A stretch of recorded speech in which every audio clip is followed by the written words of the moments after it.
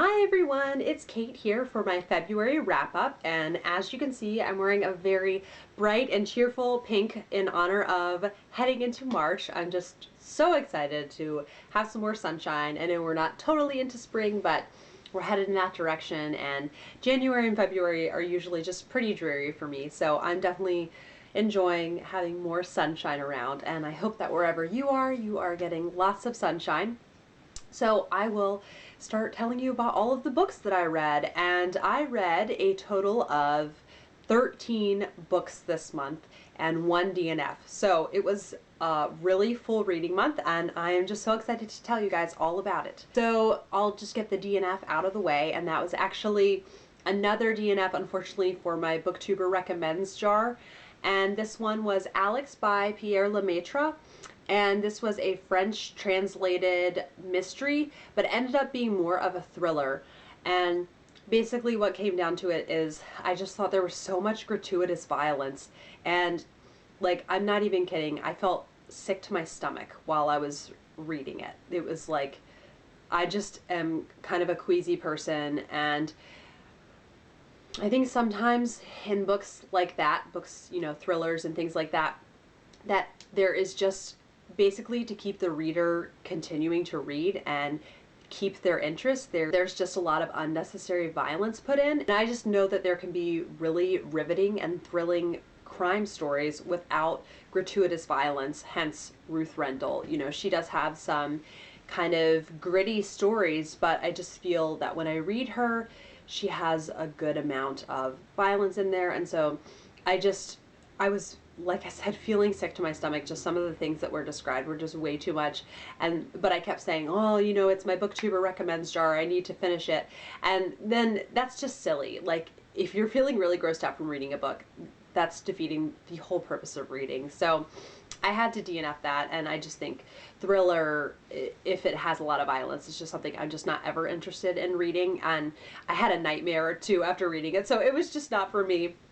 And then the next book that I read was a buddy read with Hillary from Your Robot Friend, and we read Fates and Furies. So I know Fates and Furies is kind of hit or miss on the booktube community, and thumbs up or thumbs down, and I give it a huge thumbs down. The only good thing about this buddy read was reading it with Hillary, and I did not like this book. I hated this book. I gave it a 2 stars simply because I feel like it did have some merit to it. That's why I didn't just give it a 1 star. But in case you don't know what Fates and Furies is about, it is about Lotto and Mathilde, and they are a married couple. And the first half of the book, the Fates half, is their story told from Lotto's perspective. But you also get some background about Lotto's family. And then the second half of the book, the Furies part, is from Mathilde's perspective. And there were several things that bothered me about this book. One is the writing style, because I think it's good to have certain flowery passages like she did. I enjoyed it to a certain extent, but eventually it made me feel isolated and kind of at arm's length from the character. I felt that it was a way to kind of shield us from really getting to know the characters, and I don't think she was necessarily trying to do that. I don't think that was her goal. I think she wanted us to really know the characters, and so I didn't appreciate that. I felt like I wasn't getting to know them as well as I wanted to be getting to know them. And then the second thing that really bothered me about this book is that kind of the whole premise of Fates and Furies is that you can never truly know your spouse. And I've seen her in several interviews, she says that, and I really strongly disagree with that. You know, you hear sometimes in the news or from friends about some spouse that was keeping a secret for 10 plus years or something like that, but there's a reason you're hearing those stories, and that is because they are the exception to the rule. They are exceptional stories, and every other instance where I've heard of someone having a secret, they were found out very shortly after having the secret. How many people have affairs and are found out? And so that really bothers me, and I think that's a really wrong view of marriage. Honestly, I just think it's exhausting to try to keep a secret when you're living with someone day in, day out. And in this book, they just never truly know each other, and there are things that they never find out about each other. And I don't think that's realistic. I don't think that's a realistic view of marriage. And it really bugged me, just because I just don't think that is how people are at all. I don't think people can put on a facade for a whole length of a marriage, you know, for decades and decades. So it just really rubbed me the wrong way. And so also the writing was very understated, and so that also went along with me feeling like I wasn't getting to know the characters. And then the final thing that really bothered me about this is that it sent the message that people are stagnant and that they don't change at all. And so that is something that I think is, one, not true, should not be true of characters in books, and two, is not true of people at all. I am definitely a very different person from the person that I was 5 years ago. And I just, honestly, I wonder what the author thinks about people, if she thinks that it's realistic that these two people wouldn't change over the course of like 40 or 50 years. And so that just really, the way she viewed people really came across in this book. And I just am not really that impressed with her in the interviews I've seen. She's really vague and ambiguous with all of her answers, and it's hard to get a straight answer out of her when, you know, interviewers are asking her things. So Fates and Furies was not for me, but I had so much fun discussing it with Hillary, and we were thinking about, okay, what is it about Fates and Furies that we're having trouble with? Because she ended up liking it maybe a little bit more than I did, but she was also having some issues. And we both decided that the number one thing that was troublesome to us about it was that it gave the viewpoint that people never change and can't change. And if you have, you know, these things that are bothersome about you, that it's just going to be something you'll just be stuck with your whole life. And I don't think that's true. That's like accepting tantrums out of a toddler and just saying, well, you know, they're going to be like that the rest of their life. And you shouldn't do that. You should teach toddlers, you know, how not to have tantrums, and that tantrums are something that adults shouldn't have. So I just really didn't like the messages that it sent, and I don't think they're healthy messages.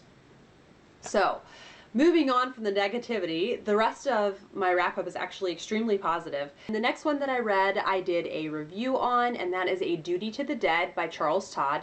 And I did a buddy read of this with Kate over at the Novel Nomad, and we had a great time discussing it. It's a very dark, atmospheric, kind of chilling mystery about Bess Crawford, who is a World War I nurse, and she comes home to deliver a message to a fallen soldier's family. And just the plot takes off from there. So this was an interesting read. It was fun.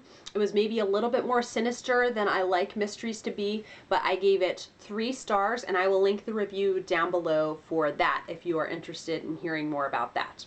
And so the next book that I read was another buddy read, and this is Wild Strawberries, and I read this with Emma over at The Bookish Princess. I will link her channel down below. It is a wonderful channel, and one that I had just been watching a few seconds of one of her videos, and I just knew I needed to subscribe to her channel then and there.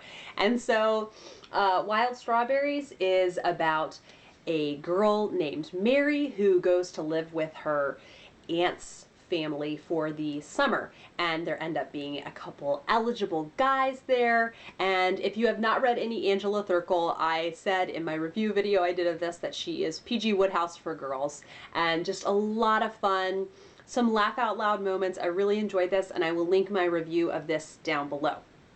And the next book I read, I also did a review of, and that is The Tenant of Wildfell Hall by Anne Bronte. I definitely enjoyed this. It was a riveting read. I've said before, I don't feel like I'm reading classics when I read a Bronte book, but it was not up there with Jane Eyre for me, simply because there was a good portion of the book was about her living with her terrible, terrible husband, and it was just really heartbreaking to see that.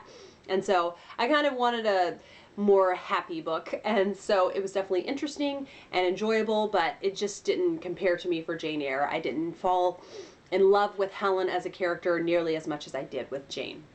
So I still enjoyed it, and I gave it 3 stars, and I will link the review for that down below. And then the next book I read was Nightingale Wood by Stella Gibbons. This was a buddy read with Ange over at Beyond the Pages, and we had a fabulous time reading this. I will link the review for this down below. I gave this a 4 stars.